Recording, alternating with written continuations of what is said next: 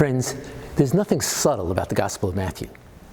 In his account, Easter Sunday morning begins with an earthquake, and an angel's appearance is like lightning. The big, tough guards shook in fear, and they passed out. The angel tells Mary Magdalene and the other Mary, Jesus is going ahead of you to Galilee. They run to tell the disciples, and they meet the risen Jesus on that run. And Jesus himself tells them he is going to Galilee. Now, we should always pay attention to everything in the Gospels, but we should pay extra attention when something is said twice. The writer really wants us to get it. Why Galilee? Well, Galilee is where the disciples live. They're just visiting Jerusalem for the Passover. Jesus will meet them where they live. Jesus will meet us where we live, so that his story becomes our story. The famous preacher Phillips Brooks says it powerfully. Let everyone count themselves immortal. Let us catch the revelation of Jesus in his resurrection. Let us not merely say that Christ is risen, but I shall rise.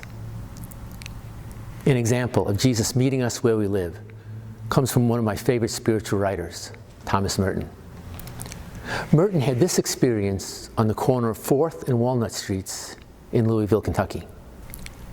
I was suddenly overwhelmed with the realization that I loved all those people, that they were mine and I theirs, and that we could not be alien to one another, even though we were total strangers. The whole illusion of a separate holy existence is a dream. I have the immense joy of being a person, a member of a creation in which God became incarnate. And if the sorrows and stupidities of the human condition could overwhelm me, now I realize what we all are. And if only everybody could realize this. But it can't be explained.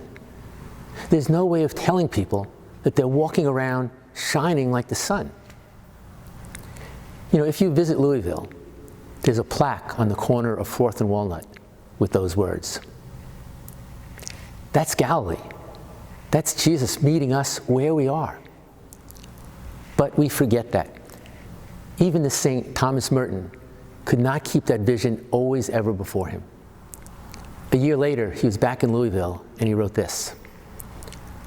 When in Louisville Thursday, I hated that town. It was hot and stupid. Hated all the advertisements, the constant attempts to sell you something, the unbearable excess of articles and commodities. Everywhere in the world oppresses me with a sense of infinite clutter and confusion. Too much of everything. Yes, it's not easy staying with the power of the resurrection.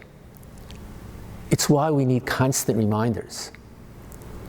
Maybe that is what church is for. Jesus meets us in Galilee, where we live now.